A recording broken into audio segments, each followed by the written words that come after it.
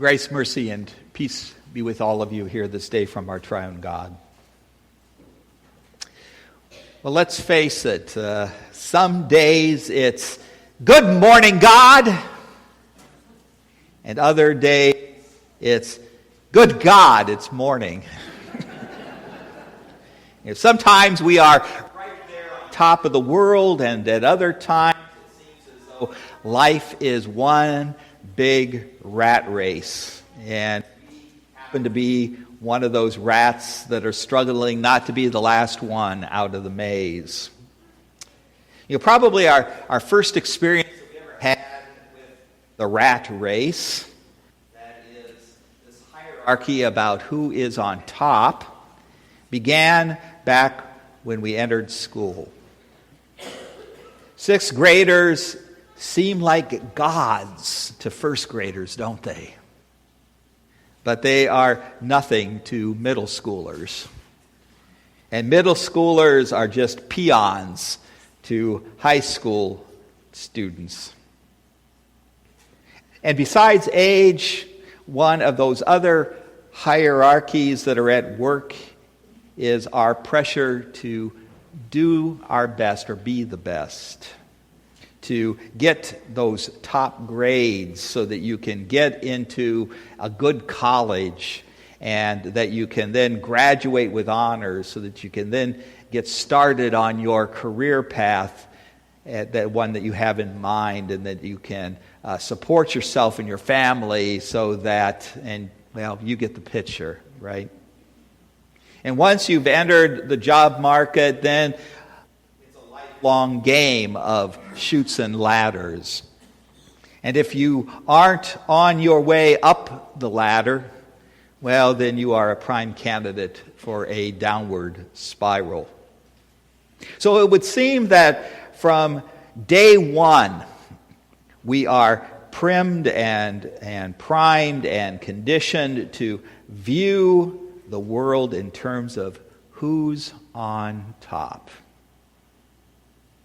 This morning's reading that we have from the letter to the Hebrews, it would seem as though a cosmic who's on top, who's in charge question is central here in this writer's argument.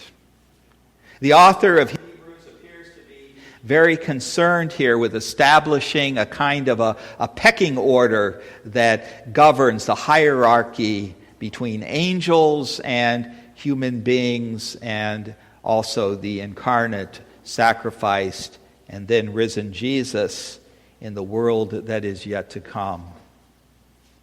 The author here of Hebrews is eager to address two problematic issues that were being faced during his time. The first one was that there was these pockets of angel worshipers that were surfacing around that region during the first century, with angelic creatures given now the status of some type of deity themselves and becoming the focus oftentimes of people's prayers. And this understanding opened the way to a whole secondary tier of divine beings that could then become those objects of human worship.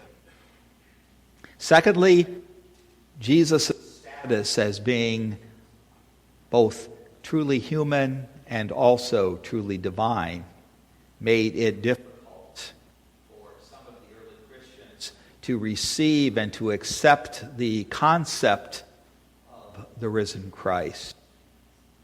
For if Jesus was truly human, how then could he be understood to also be the divine ruler of the universe? So the author of Hebrews here begins this portion of his letter by citing Psalm 8, verses 4 and 5. What are human beings that you are mindful of them? Mortals that you care for them. You have made them a little lower than the angels. And now this citation would seem to make a strict hierarchy present here with the divine God at the very top of the order, the heavenly angels being next, and then human beings, those created for and of the earth, down there on the bottom of that ladder. However, he then brings in Jesus, which is the wild card in this hierarchy.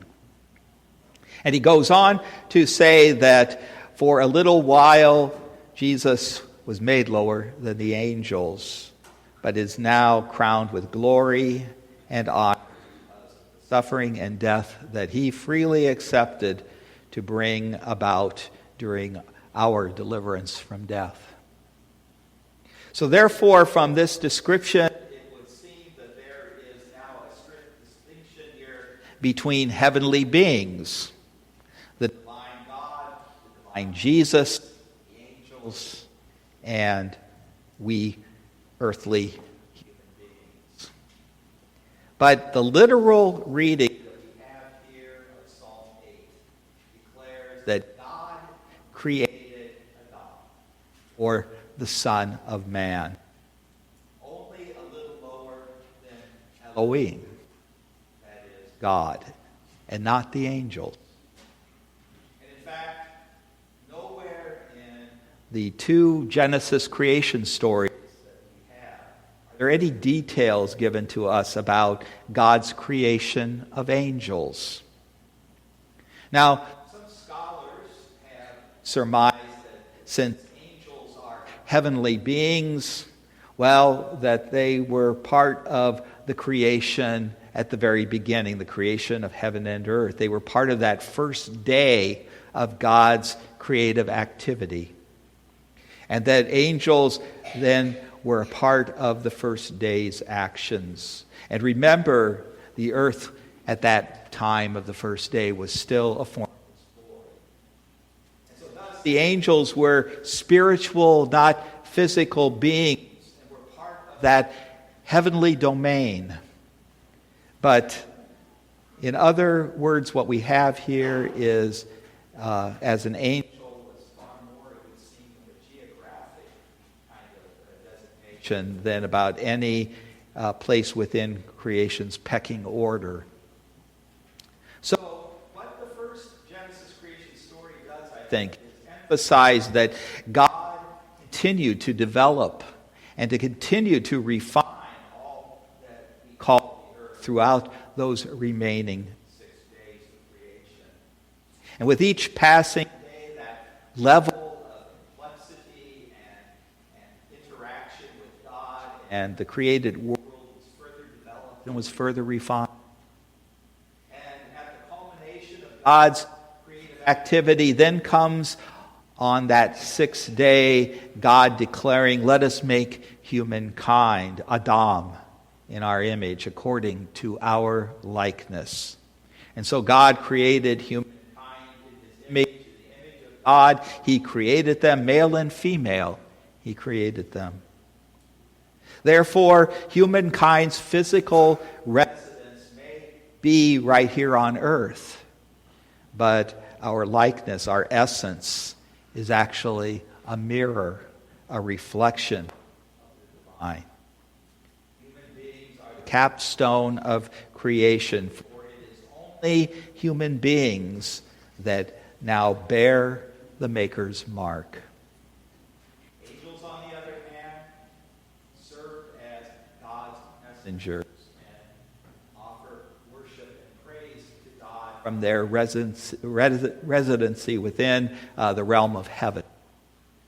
There is nothing inherently exalted above human status at all in their identification. Yes, angels are, in fact, heavenly beings, but basically they act as God's gophers or get-alongs, following God's instructions and unceasingly offering God praise.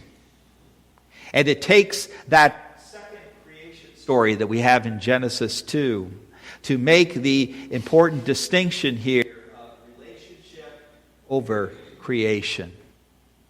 God's uniquely created Adam when he breathes the divine breath, or in Hebrew, the ruach, into this new creation. And God then creates a special environment, the Garden of Eden, so that Adam has a place and a purpose. In fact, so concerned for Adam's welfare is God that he worries it is not good that the Adam should be alone. I will make for him then an Azar, the Hebrew word for partner or saver. And after God splits the Adam, so to speak, it's evident that God enjoys walking around now in their garden home with them, enjoying their company and being in a relationship with them as a family. And in fact, in another related story from the book of Genesis, in Genesis chapter 28, we have that story of Jacob, who's on the run now from his brother Esau. And because of this sibling dispute over who's on first when it comes to birthrights, Jacob flees to Bethel, where he then passes a restless, dream-filled night.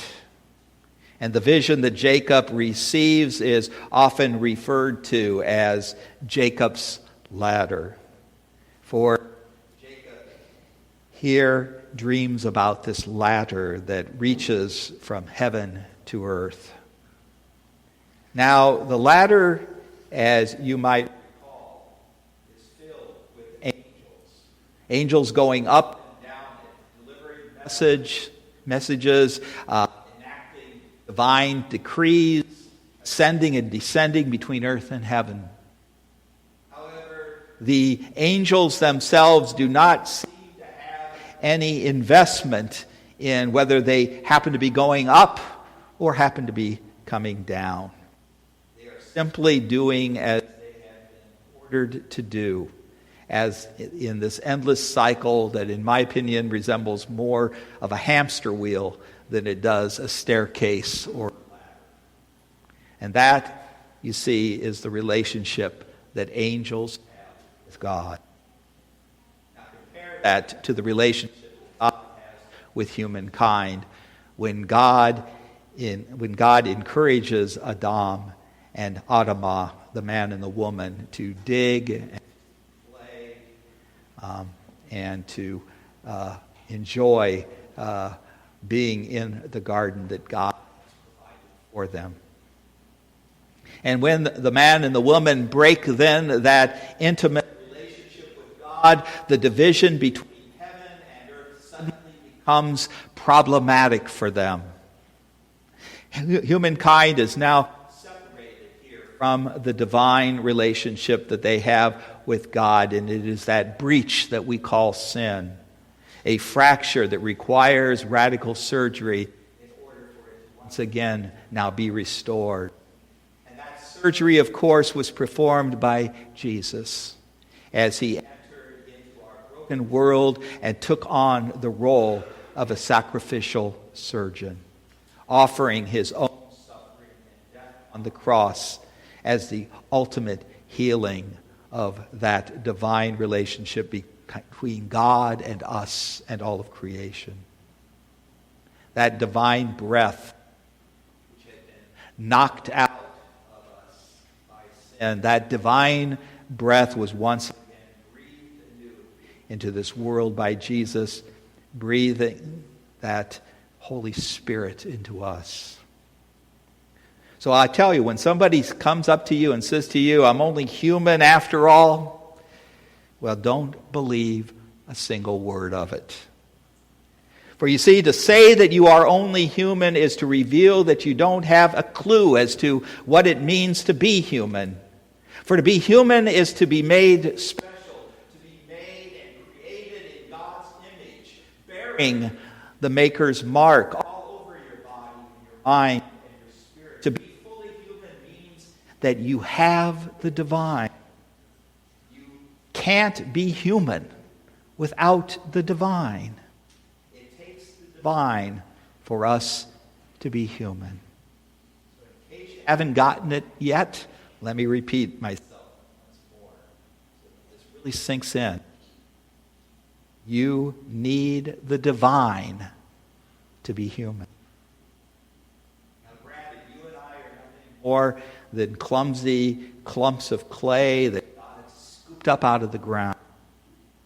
But unlike every other living thing that God has created, only in the human did God breathe that divine breath. And then God kept that divine breath in the air through the tree of life, which in turn oxygenated the Garden of Eden with the divine. Therefore, you are special. You are made in God's image. You bear the Maker's mark. But to be fully human means that God intends you to be the fully human being that God intends you to be. You need to recognize the divine that is in you. Is really the meaning of the word theosis, which is so important within the Eastern Orthodox Christian tradition. For you see, it doesn't mean that we have to climb a ladder until we become like God. It means that we become fully human by letting the divine reign in us. Now, some of us, I know, are proud. We are so alpha that we sometimes don't like the idea of ever really being needy about anything. We expect God to meet all of our needs. We expect God to take away any of our neediness that we may feel, pull us up by our own bootstraps, so to speak, so that eventually we won't even need God. You are not God. We are not gods, no matter what some people out there might be thinking. For you to be truly human, you need to have the divine. And in a world that seems to be losing its humanity these days, and has perhaps already lost its understanding of what it means to be truly human, we especially need God in our lives before. Amen.